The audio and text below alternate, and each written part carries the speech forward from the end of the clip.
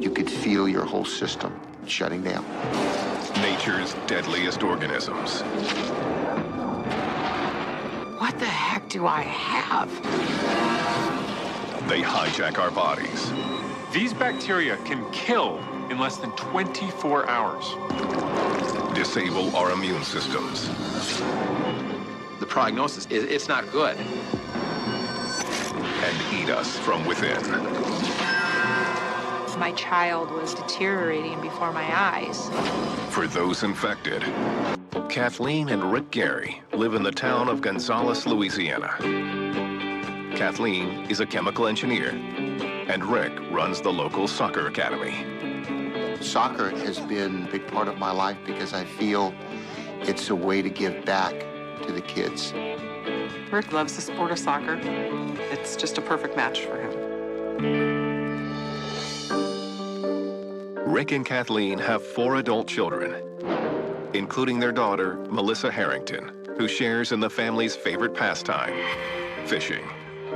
Fishing is so important to my family, especially my dad. He raised us all on the water. I found a lot of pleasure in raising my children in the outdoors, and it's been a blessing.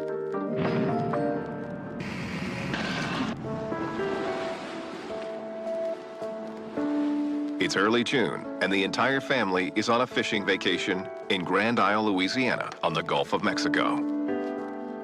It was a beautiful evening. Rick grabbed a pole and just went fishing. When I came back from fishing, I was limping. I'd banged myself on a rock jetty.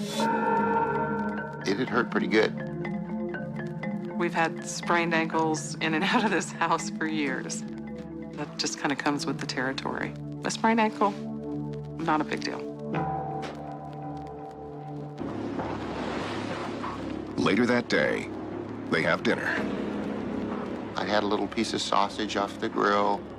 I didn't feel quite right. Just like maybe an upset stomach. He was kind of over by himself, and he was sitting there with his legs stretched out and just looking out into the Gulf. It wasn't like him to not be surrounded by everyone. I just kind of thought it was odd.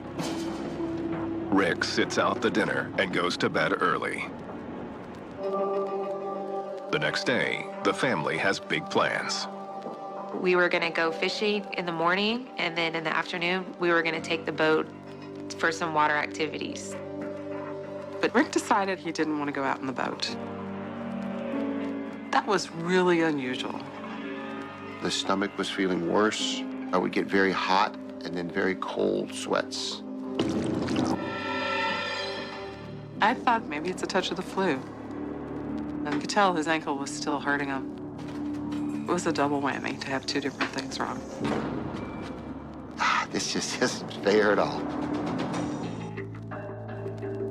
The next morning, Rick's ankle still bothers him, so Kathleen drives him to the nearest hospital. They saw us pretty quickly. They took a look at Rick's leg and did an x-ray. They'd seen an old injury in there that showed up on the x-ray. And they ended up putting my leg in an air cast. The doctor wasn't really concerned. He said, I don't really see anything that wrong. The doctors give Rick painkillers, and the couple returns to the house to continue the vacation. We were sitting around for dinner on Saturday night, and he was on the couch. One of the kids just kind of looked at him and said, Dad, are you all right? He was a gray color. The blood in his body was not flowing like it should. He literally looked like a corpse. And the first thing that came to anybody's mind was, is he having a heart attack? That's when fear really struck everyone in the family. Kathleen calls 911, and the paramedics transport him back to the local hospital. I remember them putting the blood pressure cuff on. My blood pressure was almost non-existent. They were concerned that it was a heart attack. So doctors run more tests, but the results reveal something else. It wasn't a heart attack. His body was in septic shock. Septic shock is a condition that occurs when a body-wide infection leads to dangerously low blood pressure. In up to 50% of cases, it's fatal. My body was under attack. You could feel your whole system shutting down.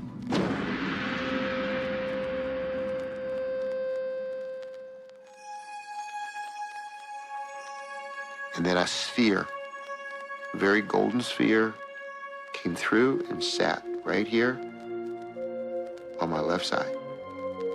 Doctors transfer him to another hospital.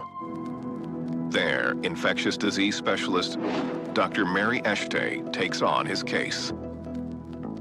When I went to see Rick, I was very concerned that he may not survive his admission to the hospital. Rick's body was shutting down one organ system at a time. Doctors put Rick on numerous medications and also remove the air cast from his leg. I found this ankle, which looked very, very inflamed. His ankle was really gross. It was swollen, it was bruised, but it was turning black. When I looked at it, I knew that it wasn't sprained. I knew that it was infected. Dr. Eshte takes a sample of the tissue from Rick's infected ankle, and the cultures reveal the cause of his condition. Rick's infection was caused by Vibrio vulnificus. That was a shock. What in the world is this? Vibrio vulnificus is a flesh-eating bacteria. Inside Rick's body, the Vibrio bacteria latch on to the tissues in his ankle. There, the bacteria multiply and cause his flesh to rot. As the infection grows, it disrupts the flow of blood to his vital organs, leading to his pale color, low blood pressure, and septic shock. We were shocked and confused. This can't be happening. We had no idea of the implications of this bacteria. Vibrio vulnificus is one of the deadliest bacteria known to science. What makes Vibrio vulnificus bacteria so potent is their ability to release chemicals which inhibit an immune response. The bacteria can kill their hosts in as little as 24 hours. And those who do survive are often left with life-altering disabilities. I do remember the doctor saying, there's a very good chance I'm going to have to amputate. And I said, Doctor, I'm a soccer coach. It's how I make my living. Rick Gary is infected with the flesh-eating bacteria Vibrio vulnificus. To save his life, doctors might have to amputate his leg. For several hours, doctors cut the dead flesh from Rick's infected leg. You use a scalpel to cut away the dead tissue. The surgeon takes thin cuts until they get to an area that bleeds. And that's what determines whether or not it's viable. In the recovery room, Rick slowly awakens from the anesthesia. I remember trying to fight off the drugs that they used to put you under. And I remember trying to get my hand to move and go down my leg to try and feel, to see if it was still there. And I remember the nurse coming over to me and checking on me. And she said, it's okay, it's still there. But my leg was hideous to look at. Bone was exposed, tendon, ligaments, and then all the flesh above it was gone. But it was still there, and it was still functioning.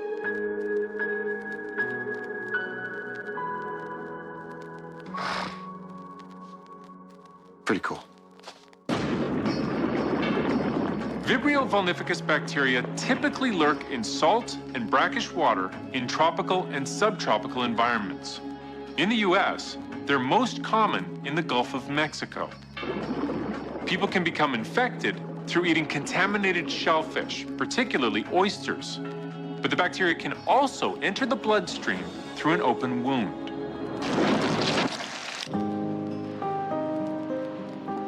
I was fishing up on the rocks, and I managed to slip and scrape my lower ankle with barnacles that were on the rocks. I provided a portal for a very infectious bacteria, a good amount of time with the family, and it was really great to be back with them again and give them a big hug. Only around 100 cases of Vibrio vulnificus infection are reported each year in the United States. People with compromised immune systems are at particular risk. The CDC recommends that those in high-risk categories avoid eating raw shellfish and avoid exposing any open wounds to salt water or brackish water. She was getting crazier. She was overnight a different person.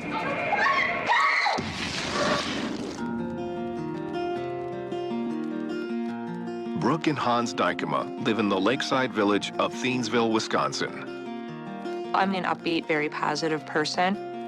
I like to take charge. Brooke is definitely a go-getter. Brooke works in advertising, while Hans stays home to look after their 4 children.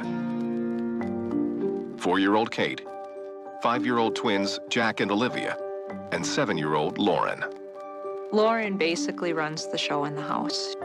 Lauren's the one planning little acts and plays. With 4 children, Brooke and Hans have different approaches to parenting. I'm kind of the softy parent. I'm a good dad, but I'm not one of those guys that's gonna be necessarily the nice guy when things are going bad. It's a very active household, and I wouldn't have it any other way.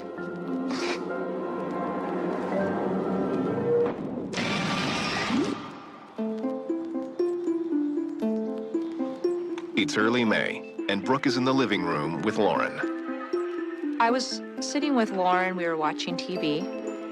I noticed that she'd do a little nose wiggle. She'd go like that with her nose. She didn't even know she was doing it. I wasn't concerned at all. I figured, oh, it's just dry air. It's gonna pass. And that was it.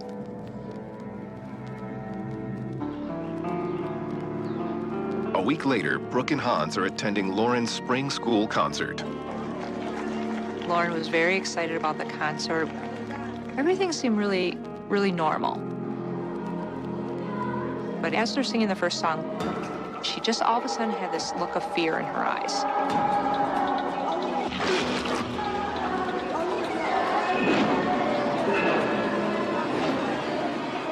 Well, the next thing you know, she walked off the stage. She didn't want to do the show. It was a surprise. Sometimes kids freak out in front of a crowd of people. She was done, and that was that. So Brooke and Hans take Lauren home.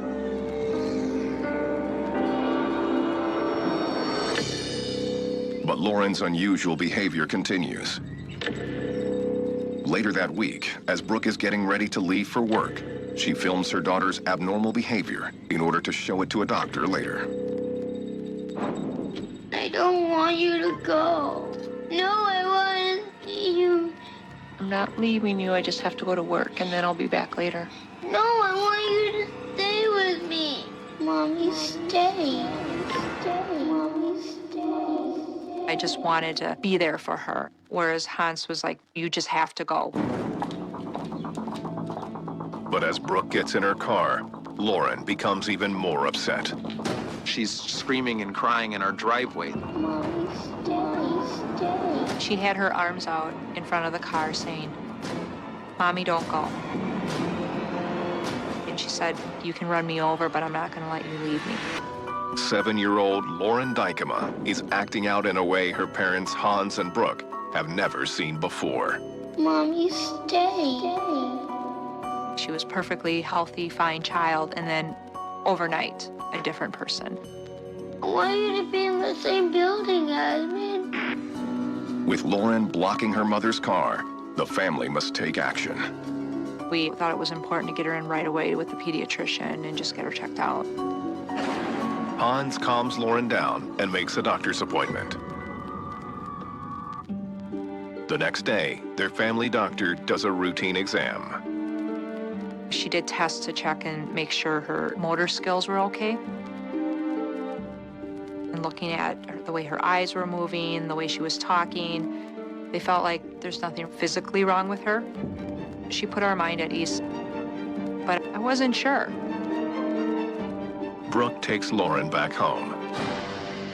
But the next morning, Lauren refuses to go to school. So Hans and Brooke personally escort Lauren to her classroom. She's like, I can't be in that room. Kids are gonna get sick on me. And I go, you mean vomiting? She's like, yeah.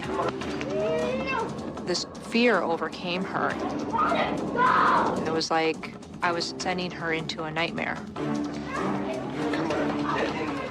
She wouldn't step in through the door, the threshold of the door.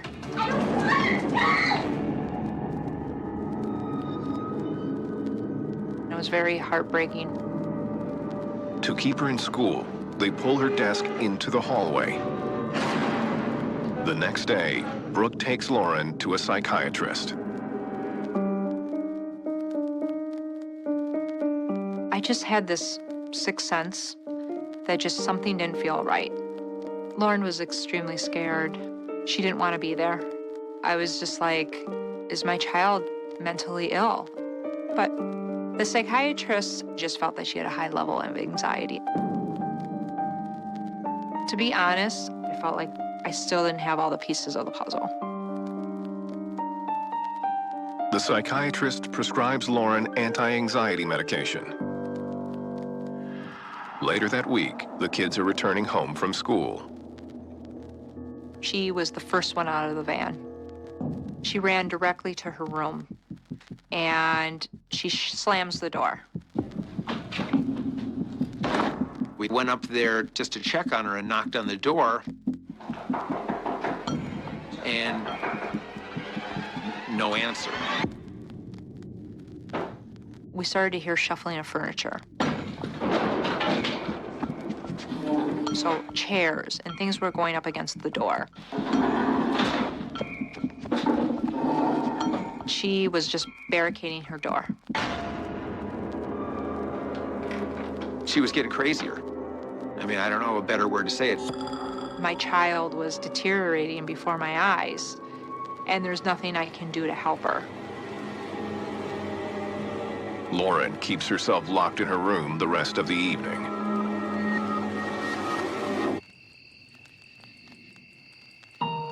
The next night, something happens that makes their blood run cold. We just didn't know what her next move would be or her state of mind at any given moment. We were just on pins and needles. I was upstairs, Lauren came up. Something was really wrong. It's almost like she lost her soul. Her eyes would get really wide, and it's like she almost was looking through you. She was standing in the doorway with a knife in her hand and said, "Mommy, I can't be here anymore.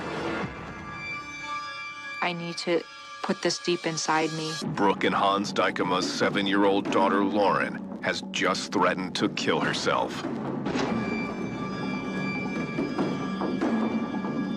I I calmly took the knife away from her. It was the most horrible experience I've ever faced, knowing that my child wanted to kill themselves.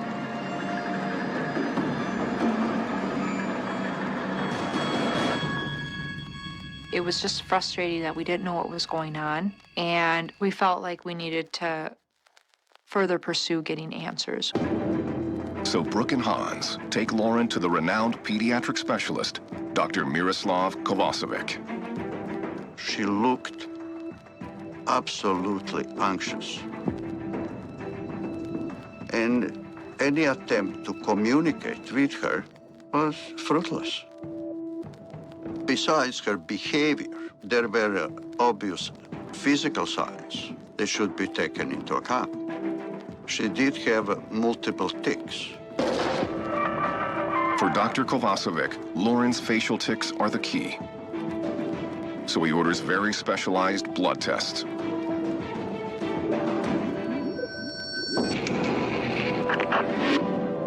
A careful review of Lauren's medical history and her blood tests all pointed out toward the diagnosis of pandas.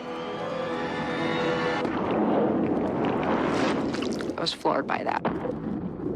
I had never heard of pandas before. Pandas is a neuropsychiatric disorder caused by the bacteria Streptococcus. Inside Lauren's body, the Streptococcus bacteria are invading her brain cells and multiplying rapidly. Her immune system gradually responds by sending antibodies to the infected region. As the antibodies attack the bacteria, they also attack the brain, leading to Lauren's facial tics, anxiety, and suicidal behavior. The doctor said, look, the prognosis is it's not good. I was shocked at how something so simple could cause so much damage. PANDAS stands for Pediatric Autoimmune Neuropsychiatric Disorders associated with streptococcal infections. Inside the brain, the Streptococcus bacteria mimic the appearance of the cells they're infecting, making it harder for the body's immune system to detect them. But once the immune system does recognize the bacteria as foreign, it sends antibodies. The problem is, the antibodies attack both the Streptococcus bacteria and the body's own brain cells. If left untreated, the infection can result in permanent damage to the brain. In particular case of pandas, it could actually cause the permanent damage. It was terrible. I was very concerned if this is something I'm going to be dealing with for the rest of her life. To rid Lauren of the infection, Dr. Kovacevic performs a plasma transfusion, which he hopes will replace the rogue antibodies with healthy ones. The antibodies were given to her through her blood through an IV line. By flooding her circulation with the normal antibodies, it is actually rebooting her immune system.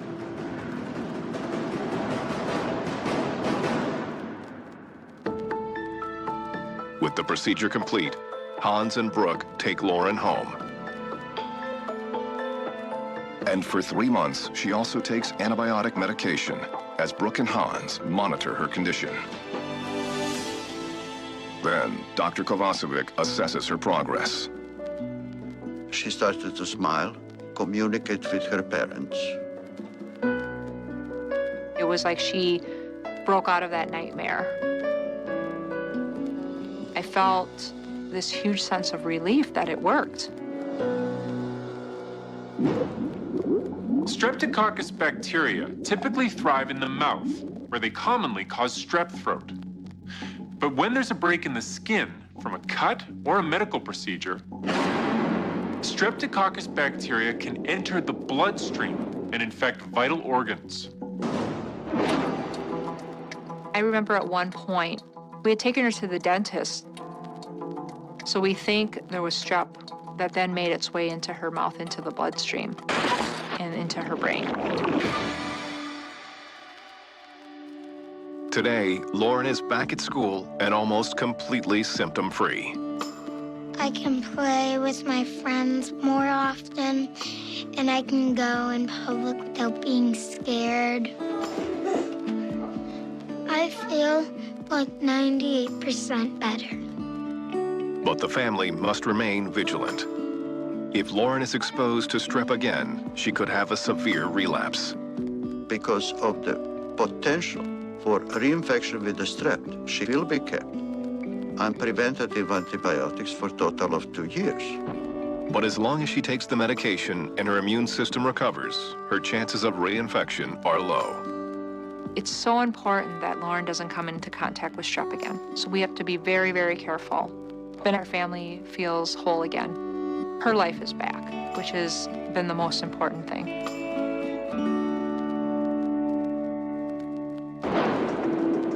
While streptococcus bacteria are very common in humans, the chances of the bacteria invading the brain and causing pandas are about 1 in 1,000. Those streptococcus bacteria are nearly impossible to avoid. Good hygiene can prevent them from becoming invasive. The CDC recommends that any open cuts in the mouth or throat be disinfected thoroughly to kill any potential infectious agents before they enter the blood. We could have a larger public health problem on our hands. I thought, my God, something's wrong.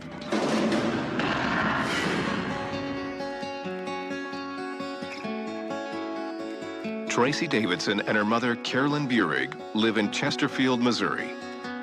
I'm a very animated person. Really? Yes. Good days or bad days, you always know when Tracy's there. I am probably totally the opposite of Tracy. I'm more serious-minded. Tracy is extreme. If you could do something a little bit, she does it a lot. Carolyn is a retired postal worker. But Tracy's career path is not so clear. Like, I had the same job for 25 years. She probably had 25 jobs in 1 year. And Tracy's now enrolled in beauty school. I wanted a new lease on life. I love the beauty industry, and I was excited about starting this new career.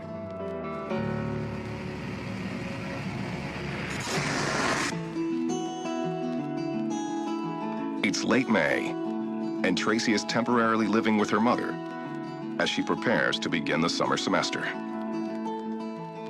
I was determined that I had found my niche in life, and I was gonna take it and run with it. First day of school is coming, but that night, I was lying in bed. I felt a really strong pain in my stomach. My first thought was, you know, maybe I've got a stomach bug. It literally felt like my stomach was going to explode. I just kind of curled up a little bit. And that's when I passed gas. I had never smelled anything so horrible in my life. I thought, well, something's not right. So Tracy takes medication for her stomach, but the severe abdominal pains continue for the rest of the night. Then, when morning rolls around, things get even worse. I was in the bathroom. I can't even say it was diarrhea because it wasn't. It was just water. I thought I must have eaten something or I've got a stomach flu. When Tracy comes out of the bathroom, her mother immediately takes notice. It was like somebody opened a cesspool. And it's like, my gosh, what happened? She said, I went to the bathroom. Really? I don't think any human being would have that inside of them. I mean, my entire house stunk. As the day progresses, Tracy continues to suffer. Going to the bathroom was nonstop. I am starting to get a little worried. Tracy heads straight to the hospital. They hooked me up to different vitamins and IVs. They took blood, but everything's coming back negative. There's nothing abnormal that they see.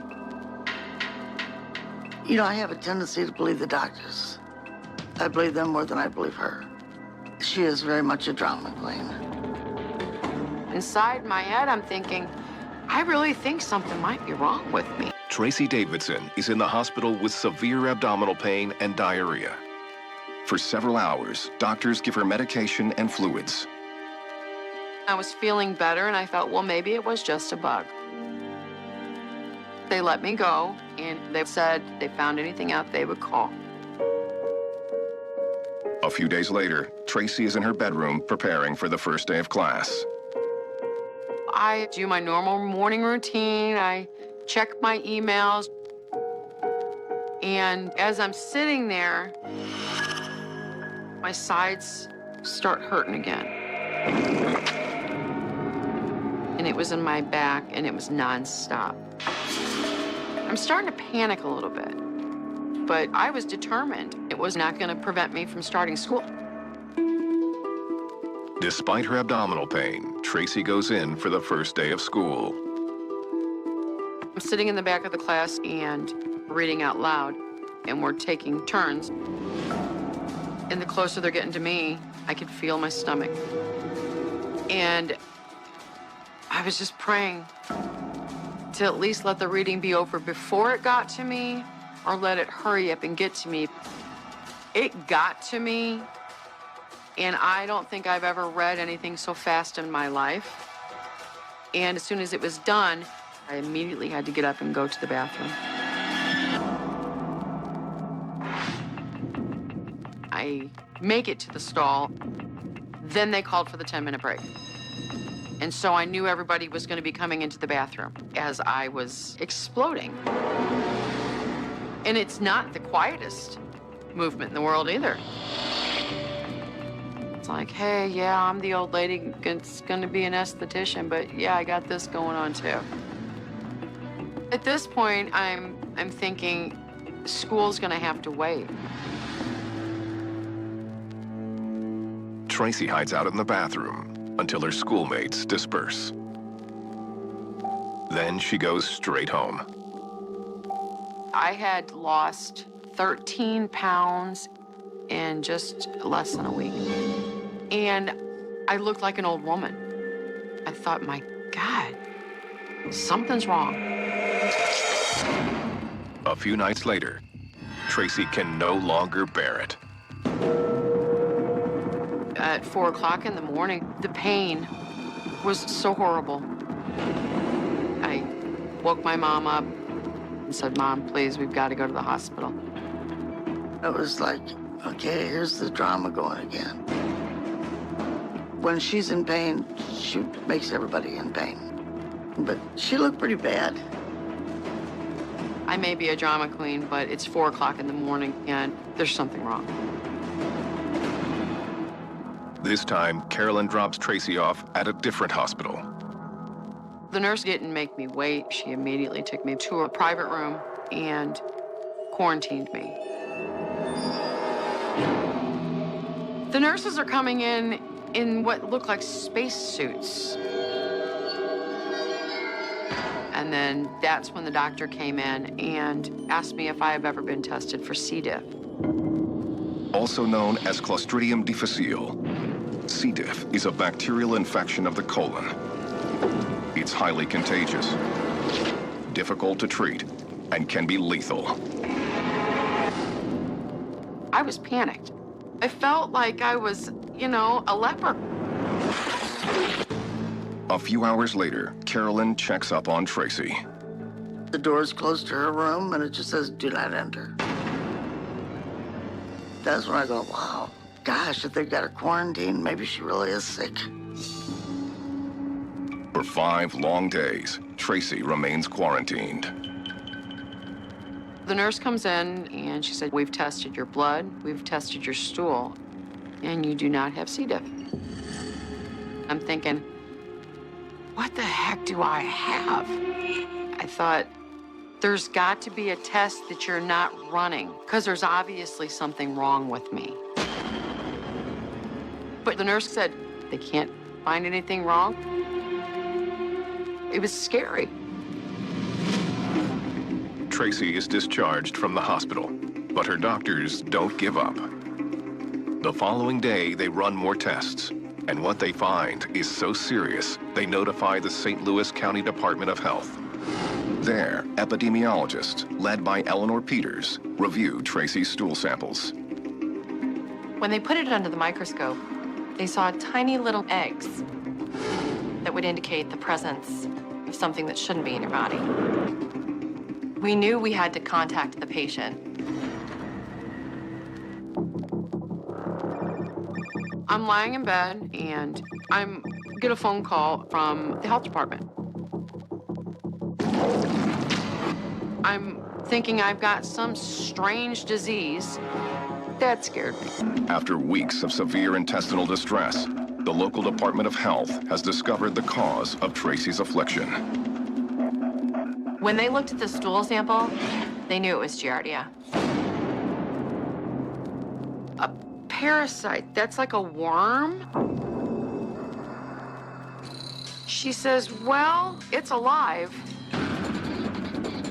Giardia lamblia is a protozoan parasite.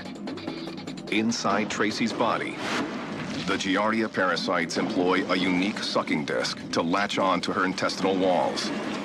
Once established, they absorb the body's nutrients through their outer membranes and multiply rapidly, leading to her cramps, diarrhea, and rapid weight loss. It fit her to a T. Like, yeah, she really did have something. Most of the time I talked to her with a questioning attitude instead of a compassionate attitude. I have to admit, it was kind of like, huh, I told you something was wrong. Nobody should have to go through that. Feel bad about doubting her. One of the things that makes the Giardia parasite so successful is their ability to survive in inhospitable environments until they reach a suitable host. When the parasitic cysts are exposed to the body's digestive fluids, they become trophozoites, which are adapted to absorb the body's nutrients. If left untreated, the parasites can lead to rapid weight loss, severe dehydration, and in extreme cases, death. Doctors prescribed Tracy anti-parasitic pills. I took them immediately and was praying that this was it. Within a week, the symptoms were gone, and this was over. Inside a host, the Giardia parasites can release as many as 10 billion cysts into the environment each day. This is part of the parasite's reproductive strategy. They're most common in beavers, cats, and dogs. Humans usually contract Giardia when consuming food or water that contains contaminated fecal matter. I had 2 foster dogs, and they were going to the bathroom everywhere. And I was cleaning up all the time. And of course, I washed my hands and everything, but gosh, who knows? Today, Tracy has made a full recovery and has made a few changes to her life.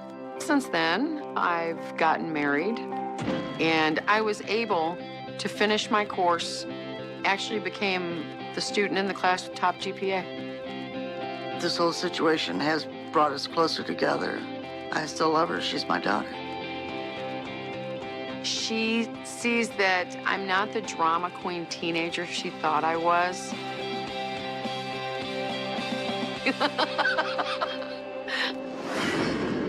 Giardia is the most common intestinal parasite in the United States. The best way to avoid contracting the parasite is to practice good personal hygiene. Wash all fruits and vegetables before eating them, and refrain from drinking water from streams, rivers, or ponds until it's been purified. Have you ever wondered how to live a vibrant and fulfilling life even after turning 80?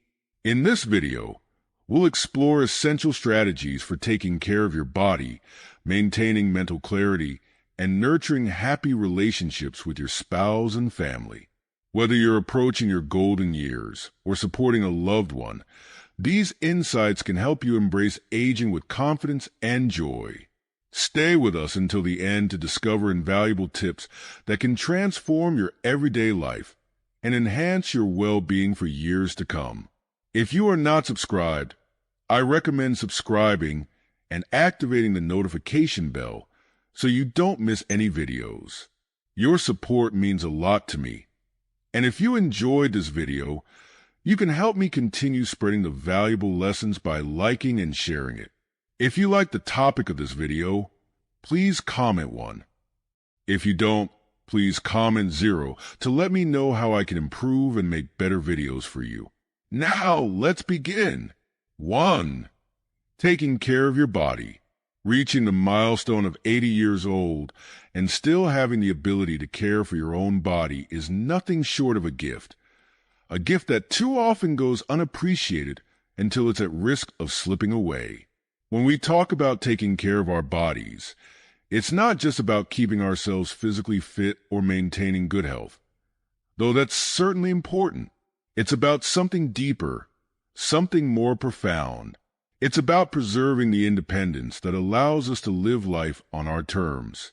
Imagine the immense sense of pride and dignity that comes from still being able to wake up in the morning and tend to your own needs without having to call upon others for help. This independence, at its core, allows you to maintain a certain level of respect, not just from others but from yourself. The truth is, as we age, those small, everyday tasks that we often took for granted in our youth, getting dressed, preparing meals, cleaning up our living space, become more than just chores. They become symbols of our autonomy, our ability to still contribute to our own lives and, by extension, the lives of those around us. Being able to do these things, even as the years pass, signifies that we are still capable and strong. The simple act of being able to take care of your own needs speaks volumes about your resilience and determination. It's not just about survival. It's about thriving, about holding on to the sense of self-worth that comes from knowing you are still in control of your life. On the other hand, when we begin to lose the ability to perform these tasks, it can feel like a part of ourselves is slipping away. Having to rely on others, whether it's a family member or a caregiver, can bring feelings of guilt, even though no one may express it outwardly. You might start to feel like a burden, constantly wondering if your needs are taking time and energy away from someone else. These thoughts can weigh heavily on your heart, slowly eroding your confidence. No one wants to feel like they are a source of trouble for their loved ones. Yet this feeling often creeps in when we are no longer able to fully care for ourselves. It's a mental and emotional burden that can be as heavy, if not heavier, than the physical challenges of aging. But imagine the flip side, what it feels like to still be physically strong, to still be able to stand tall and take care of your surroundings, your home, and your life.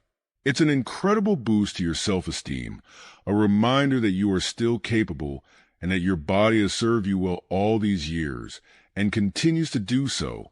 Every task you accomplish on your own, no matter how small, becomes a victory. Whether it's taking a walk, preparing a meal, or simply getting out of bed with ease, these moments of independence bring with them a profound sense of satisfaction. They allow you to hold on to your pride and face each day with confidence. The importance of caring for your body only grows as you age. It becomes not just a routine, but a daily act of self-love and preservation. Every choice you make regarding your physical health, whether it's the food you eat, the amount of exercise you get, or how you manage stress, has a direct impact on how you will feel tomorrow, next week, and in the years to come. At 80, paying attention to the small signals your body sends becomes crucial. Ignoring a small ache or overstraining your body in ways it can no longer handle can have serious consequences. That's why a mindful approach to your health is essential, not just for avoiding illness, but for ensuring that you can continue to live the life you want. If you are still watching this video and find these lessons useful, please comment 1 below to let me know that you are still here with me. Exercise becomes more than just staying in shape. It becomes a way to protect your mobility, to maintain the strength you need to carry on with your daily routines. Diet, too, becomes a form of self-care. Choosing nourishing foods that fuel your body and give it the energy it needs can make all the difference in how you feel each day. Even mental peace plays a role. Keeping a calm, focused mind helps reduce stress, which in turn benefits your overall well-being. It's a holistic approach that allows you to care for your body from every angle, physically, mentally, and emotionally. And the reward for all this effort? The freedom to continue doing the things you love. When your body is healthy, when it's well taken care of, you have the freedom to pursue activities that bring joy and meaning to your life. Whether it's gardening, traveling, spending time with loved ones, or simply enjoying a beautiful day outside, a healthy body allows you to embrace life fully. It allows you to keep making memories, to continue finding new reasons to smile, and to feel content not just in your body, but in your heart. There is an undeniable connection between physical health and emotional fulfillment. When you can care for yourself, you feel empowered, capable, and worthy. You carry a sense of pride in your independence, and that pride seeps into every other aspect of your life. You wake up each morning with purpose, knowing that you can face whatever the day brings. It's not just about living longer. It's about living better, with the knowledge that you are still in control of your life, still able to shape your future. As you move through your 80s and beyond, never underestimate the power of caring for your body. It's more than just a routine. It's a commitment to yourself, to your happiness and well-being. It's about recognizing that your body is your greatest asset and treating it with the love and care it deserves. With a strong, healthy body, you can continue to live each day with gratitude, joy, and a deep sense of satisfaction, knowing that life is still full of possibilities. 2. Maintaining mental clarity. Even as we reach the age of 80, maintaining mental clarity becomes one of the most precious gifts we can give ourselves. Our minds are just as important as our bodies, and keeping them sharp is essential to living a fulfilling, independent life. It's no secret that as we age, our memories can start to fade, and our thoughts might not come as quickly as they once did. It's a natural part of the aging process, but that doesn't mean we have to surrender to it.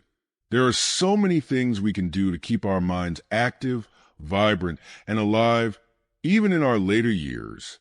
Keeping your brain engaged is one of the keys to unlocking a rich and fulfilling life. Even after 80, think of your brain like a muscle. Just as we exercise our bodies to stay fit, we need to exercise our minds to keep them sharp. One of the best ways to do this is by cultivating a habit of engaging your mind in enjoyable activities every day. This doesn't have to be anything strenuous or overly intellectual, just things you love. Reading books, solving puzzles, learning new skills, or even engaging in creative hobbies like painting or writing can keep your brain constantly stimulated.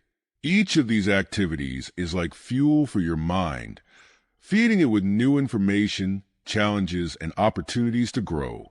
The more you use your brain, the more you keep it in good working order. It's incredible how something as simple as reading a good book can ignite your imagination and keep your mind sharp, even at 80. But it's not just about mental exercises. Taking care of your brain is a holistic effort, and physical exercise plays a big role too. You might not immediately associate exercise with mental clarity, but the two are closely connected. When you engage in regular physical activity, your blood flow increases, which means more oxygen is delivered to your brain. This increased oxygen supply helps your brain function more efficiently, resulting in clearer, sharper thinking. Whether it's a brisk walk, a swim, or gentle stretching, moving your body is one of the best gifts you can give your mind. A balanced diet is another powerful tool in preserving mental clarity. We often talk about nutrition in terms of its benefits for our physical health, but what we eat has a profound effect on our brains as well. Foods rich in omega-3 fatty acids like fish and vegetables packed with antioxidants are particularly beneficial for brain health. These nutrients help protect the brain from damage and can even slow the decline in mental function. It's amazing how much impact something as simple as a healthy meal can have on our mental well-being. What you put into your body matters not just for how you feel physically, but also for how clearly and sharply you think. Mental health is not just about keeping your brain active and nourished, though. Taking care of your emotional well-being is just as important. Stress is one of the biggest enemies of mental clarity, especially as we age. Too much stress can cloud our thinking, sap our energy, and leave us feeling mentally drained. That's why it's so important to find ways to minimize stress in your daily life. Whether it's through meditation, practicing gratitude, or simply taking time out for yourself, finding moments of peace is essential to keeping your mind healthy. When you make space for relaxation, you're giving your brain a chance to recharge and refresh itself, which can lead to better thinking and greater mental clarity. Another often overlooked but vital aspect of maintaining mental clarity is social interaction. Humans are social creatures by nature, and our brains thrive on connection. Regular communication with friends, family, and even neighbors can do wonders for your mental health. Engaging in conversations, sharing stories, and simply spending time with others helps stimulate your brain and keeps it active. Beyond that, it helps fend off feelings of loneliness, which can hurt both mental and emotional well-being. Staying connected to the people around you not only keeps your mind sharp, but also enriches your life with meaningful relationships and a sense of community. When your mind is clear, everything else in life feels more manageable. You're able to make better decisions, handle challenges with greater ease, and approach each day with a sense of calm and confidence. Maintaining mental clarity allows you to live your life with greater purpose and joy. It gives you the tools to navigate the world around you with grace, even as the years pass. Reaching 80 is a beautiful achievement, but it's also a time to double down on caring for both your body and mind. The clearer your mind, the better equipped you are to appreciate the joys of life, from the little moments to the grand experiences.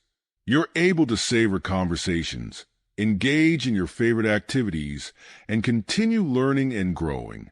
Mental clarity is not just a luxury, it's an essential part of living a truly enriched and fulfilled life. In the end, maintaining mental clarity at 80 and beyond is about balance. It's about nourishing your brain with knowledge, exercise, and good food, while also caring for your emotional health and staying connected to the people you love.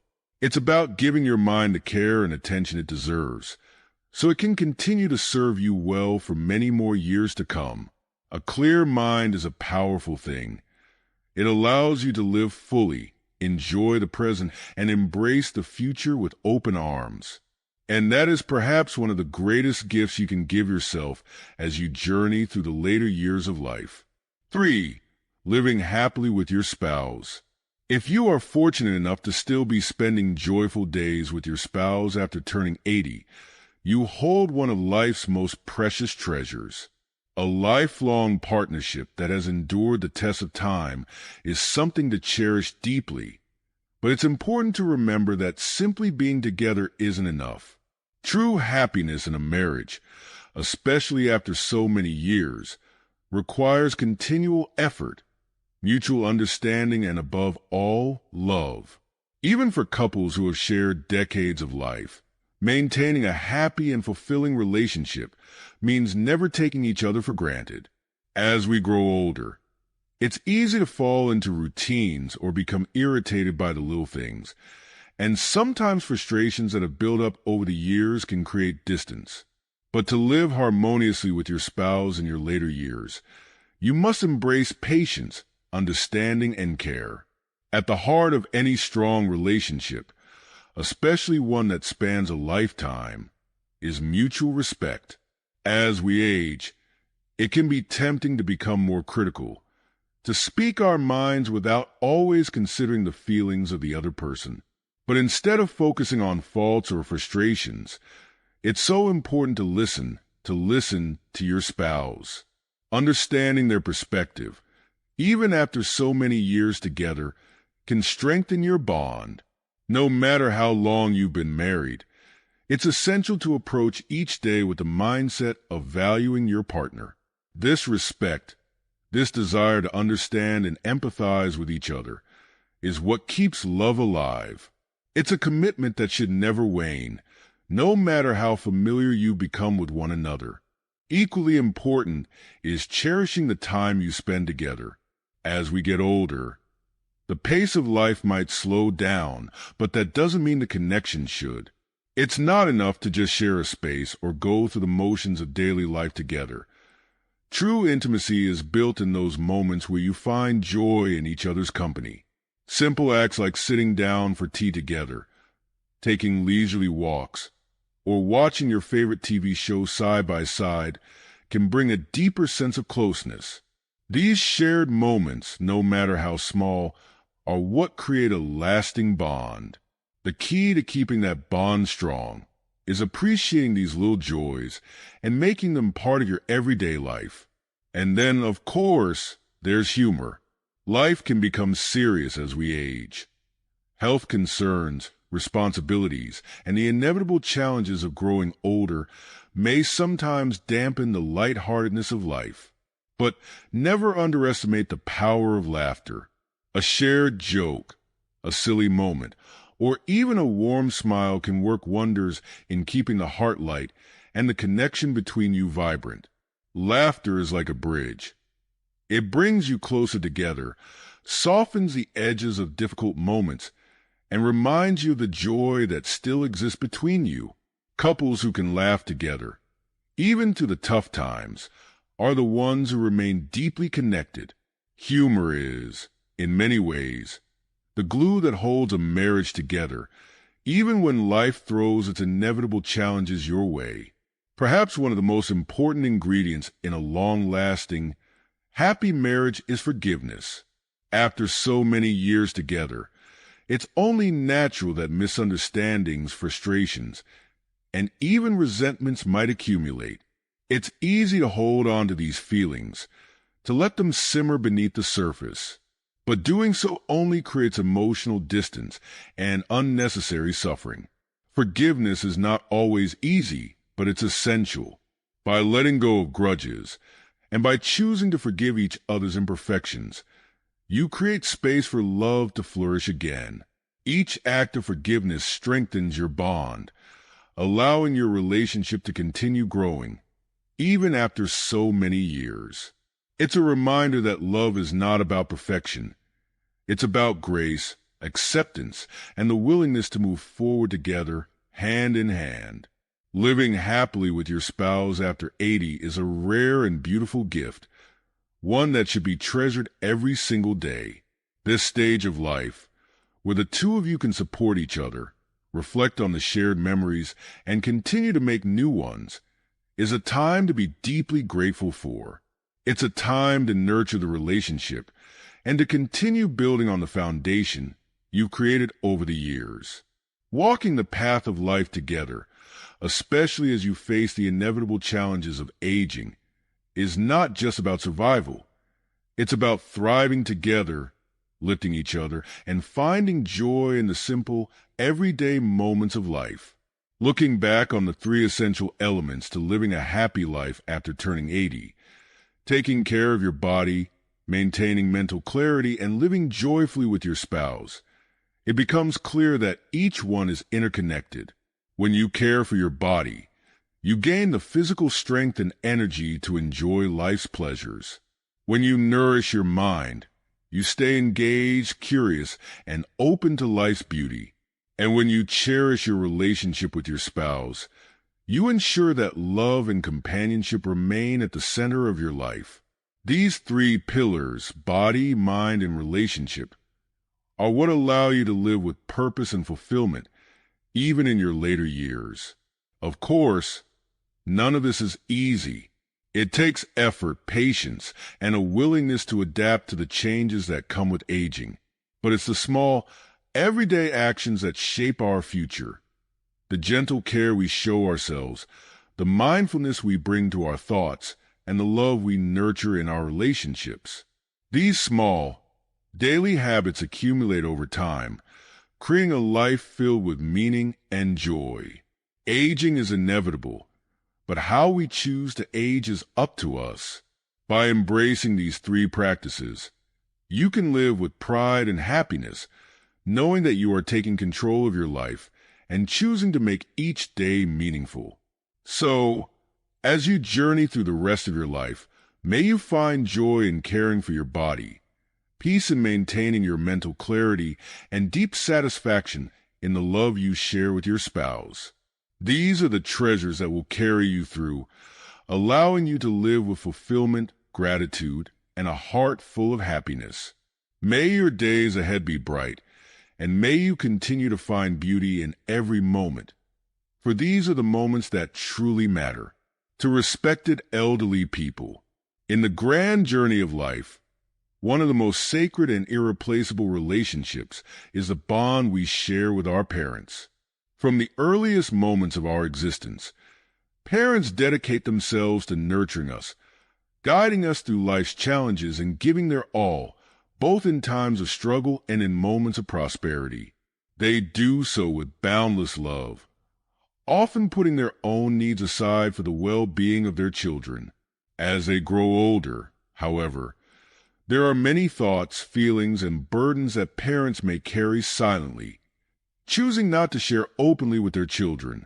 Sometimes, these unspoken truths are held close to the heart to protect the family's peace and to preserve the harmony of the relationships they cherish so dearly. If you are still watching this video and find these lessons useful, please comment 2 below to let me know that you are still here with me. In today's Hope's Fern program, we delve into 4 important secrets that parents, especially in their later years, often choose to keep to maintain that precious balance within the family. These secrets are not shared lightly. They are born out of love, wisdom, and a desire to protect the sacred bond between parents and their children. The words we will share today come not only from personal experiences, but also from the profound life lessons that many of our elders have learned throughout their journeys. These lessons are passed down to help illuminate the path for others, offering guidance, comfort, and, most of all, love. We sincerely hope that these insights will offer some light and be of help in your lives. Whether you are a parent yourself or someone seeking to better understand the quiet strength and wisdom that elders carry, may these reflections remind us all of the quiet sacrifices that our parents make for us, even when words go unspoken. Let us cherish the moments we have with them and continue to nurture the bonds that make family life so rich and meaningful.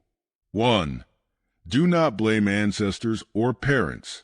Throughout life, it's natural to have moments where you might feel frustrated or even hold grudges against your ancestors or parents. You may think, if only my grandfather had made better choices, I would have a wealthier, more comfortable life now, or perhaps, if my father had just worked harder, things would be different for me today. These thoughts may seem harmless, but expressing them openly can have lasting negative effects, especially on your children. When you voice dissatisfaction by blaming your parents or ancestors, you unknowingly teach your children to view life through a lens of blame and regret. They may start thinking, "Why didn't my father work harder?" Or, "If only my mother had made better choices, my life would be easier The truth is that blaming our ancestors or parents for the difficulties we face can create a cycle of dissatisfaction that can be passed down through generations. It's important to remember that our parents and ancestors did the best they could with the resources, knowledge, and opportunities available to them at the time. They made choices based on their circumstances, and often those decisions were made out of love and a desire to provide the best life possible for their children, even if it didn't always turn out as planned. Rather than focusing on what might have been, it's far more beneficial to embrace a mindset of gratitude. When we choose to appreciate the efforts of those who came before us, acknowledging that they did what they could with what they had, we not only find peace within ourselves, but also set a powerful example for our children. Gratitude softens the heart, allowing us to forgive perceived shortcomings and recognize the strength and resilience of our ancestors and parents. By doing so, we model for our children the importance of acceptance and respect for the past. When we let go of blame and instead offer our gratitude, we create an atmosphere of understanding and harmony in the family. This not only strengthens the bond between generations, but also encourages our children to view their own lives with a sense of responsibility and appreciation, rather than resentment. They learn that life is not about blaming the past, but about making the best of the present and moving forward with a positive outlook. In the end, honoring and respecting the efforts of your ancestors and parents allows you to foster a deeper connection with your children. It teaches them to value the lessons of the past without dwelling on regret, and it strengthens the family's foundation for generations to come. By expressing gratitude, you pave the way for a legacy of understanding, love, and respect that will echo through the hearts of your children and their children after them. 2. Do not speak ill of your spouse. In the long journey of life together as a couple, it's only natural that there will be moments of dissatisfaction or disappointment. After spending years or even decades together, frustrations may surface, and at times, you might feel tempted to vent those feelings, especially to your children. However, it's important to resist that urge. Saying things like, "Marrying your dad was the biggest mistake of my life," or "It's because of your mother that my life didn't turn out well," can leave deep emotional scars on children. When children hear their parents speaking poorly of one another, it doesn't just create an atmosphere of unhappiness. It can cause confusion, insecurity, and a sense of instability in their own lives. They may struggle to understand their sense of family and may even have difficulty forming healthy relationships as they grow. When parents show disrespect toward each other, it sets an example that can ripple through generations. Children, who often look to their parents as role models for how to navigate relationships, may find it difficult to respect others or even themselves if they witness their parents belittling one another. The family unit, which is supposed to be a source of support and love, becomes a place of discord when negative words are exchanged, especially in front of children. They may start to question their worth and values, unsure of what a healthy relationship should look like. Every marriage has its ups and downs, its moments of joy and struggle, but these experiences are what makes the bond between spouses so meaningful. The real strength in a relationship comes from facing those hardships together and coming out the other side with a deeper appreciation for each other. If you must speak about your spouse, focus on balance.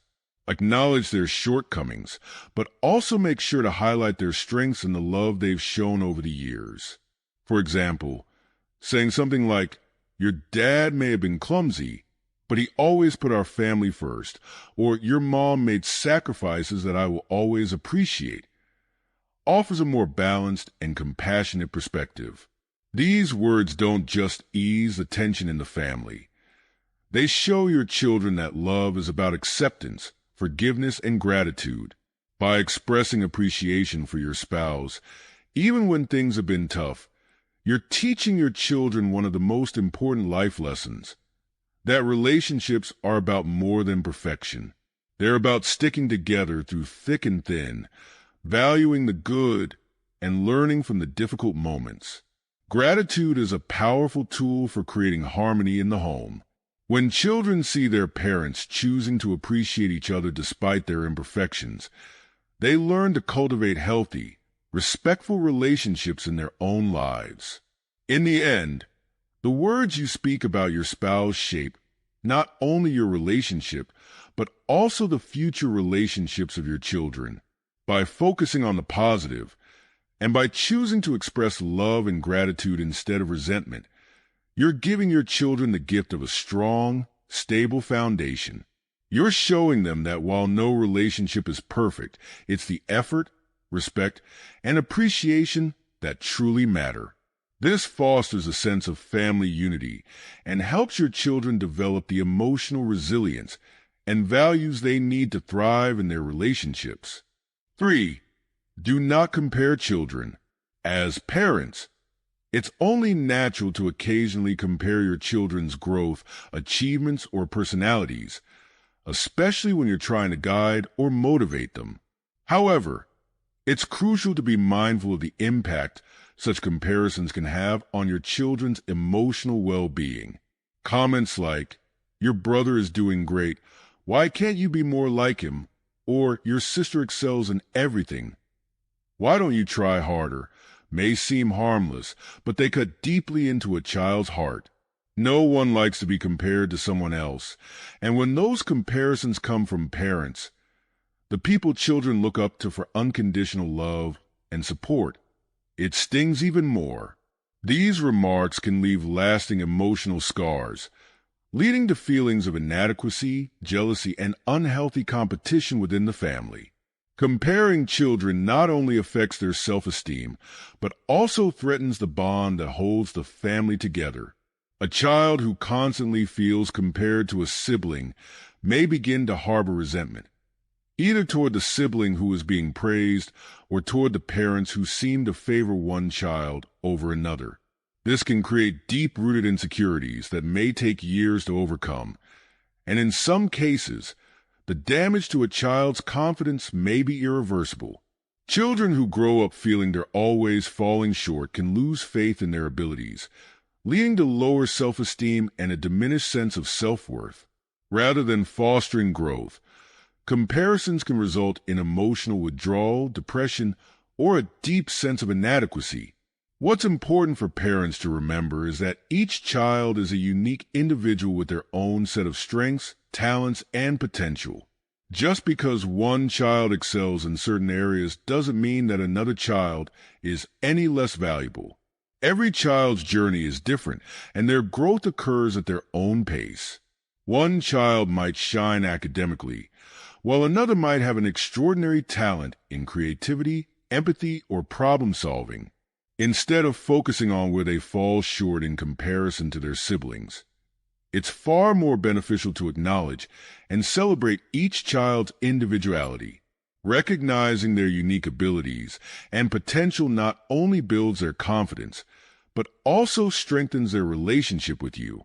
Every child is an irreplaceable part of the family, born from the same parents, but walking their distinct path. By embracing their differences and encouraging them to grow in their own time, you foster an environment of love and acceptance. Children thrive when they feel seen and valued for who they are, not who they are compared to. The greatest gift you can give them is the assurance that they are loved equally, regardless of their differences. When children feel secure in their parents' love, they develop a sense of trust and respect, not just toward their parents, but also toward their siblings. Fairness and equality in how you treat your children are essential to maintaining strong family bonds. Showing love and support to each child, without comparing them, builds a sense of belonging and unity within the family. Encouraging them to pursue their passions and talents helps them feel confident in their own identity and creates a nurturing environment where they can grow into their best selves. In the end, your role as a parent is not to rank your children, but to guide them, uplift them, and help them recognize their unique value.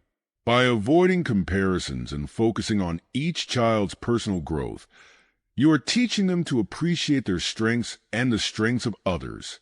This not only strengthens their self-confidence, but also fosters a sense of mutual respect and love between siblings. When children feel valued for who they are, family harmony deepens, and the bonds of trust and respect grow stronger. As parents, your love and support provide the foundation for your children to thrive, not in competition with one another, but in their own unique, beautiful ways. 4. Do not speak negatively about life. Life inevitably presents us with a multitude of challenges, difficulties, and moments of frustration. From the hustle and bustle of urban congestion to rising crime rates, from environmental concerns to everyday inconveniences, it can be easy to fall into the habit of expressing dissatisfaction with the world around us. However, it's important to recognize the impact that these negative words and attitudes can have on our children. Phrases like, "I can't stand how crowded this city is," "There are too many thieves these days," "I don't feel safe anymore," or "The air is so polluted, it's hard to breathe," may seem like harmless complaints, but when heard frequently, they can shape the way children perceive the world. If parents constantly emphasize the difficulties and negativity of life, children will naturally internalize these attitudes, viewing the world through a lens of pessimism, which can rob them of hope and optimism. For instance, if a parent says something like, "No matter how hard you try, nothing will change," it can crush a child's motivation to work hard or pursue their dreams. These kinds of negative statements can foster a sense of helplessness, teaching children that the world is unchangeable and that their efforts are futile. Over time, this can erode their confidence and discourage them from striving for success or trying to make a positive impact. Parents must recognize that the words they use have a profound influence on shaping their children's outlook on life. Instead of focusing on the negative, parents can choose to offer a more hopeful, balanced perspective. Even in the face of difficulties, a simple shift in language can make all the difference. For example, rather than saying, "This city is too congested," you could say, "Yes, it's busy, but it's because so many people are working hard to build a better life." Or instead of lamenting environmental problems with "the pollution is awful," try saying, "The environment needs help, but if we all work together, we can make positive changes little by little." By framing challenges in this way, you provide your children with a sense of hope and courage. You show them that while life may not always be easy, there is always a path forward and that their efforts can make a real difference. If you are still watching this video and find these lessons useful, please comment 3 below to let me know that you are still here with me. Maintaining a positive attitude in difficult situations is a powerful example for your children. When they see you approach life's challenges with optimism and resilience, they learn to adopt the same mindset. They come to understand that while hardships are inevitable, they do not define us. What truly matters is how we respond to them. When you model strength, perseverance, and hope, your children will naturally absorb these qualities and carry them into their own lives. They will learn that even in tough times, there is beauty to be found, joy to be shared, and problems to be solved. Life is filled with both beauty and difficulty, and it's important to help children see both sides. By emphasizing the positive aspects of life and finding joy in the everyday, you instill in them a deep appreciation for the world around them. They learn that despite the challenges, there is always something to be grateful for, and that life's obstacles can be overcome with determination and a positive mindset. This not only strengthens their resilience, but also deepens their emotional connection to their family and the world. When we speak positively about life, we plant seeds of hope in the hearts of our children. They learn to see the world not as a place of fear and frustration, but as a place full of opportunity, growth, and potential. These positive words and attitudes help build a strong foundation for their future, giving them the confidence to navigate life's ups and downs with grace and optimism. As parents, our words shape the way our children view the world, and choosing our words carefully can be one of the most powerful gifts we give them.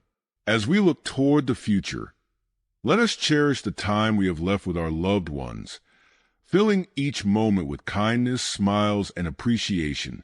By doing so, we not only leave behind a legacy of love, but also give our children the tools they need to live fulfilling, positive lives. Thank you for joining us today on Hope's Fern, and we look forward to seeing you again in our next program. Until then, may your days be filled with peace and joy. Stay well. As we come to the end of this discussion, I'd love to hear what you have learned from today's video. Reflect on everything we've talked about, from not blaming ancestors or parents, avoiding speaking ill of your spouse, steering clear of comparing your children, to maintaining a positive outlook on life. What resonates with you the most? What is one thing you'll bring into practice in your own life moving forward? Please share your thoughts and experiences in the comments below. We can all learn from each other. If you found this video helpful, please leave a comment below, and don't forget to like, share, and subscribe to our YouTube channel. Your support helps us continue creating valuable content like this, and we look forward to having you with us in the future. Thank you for watching.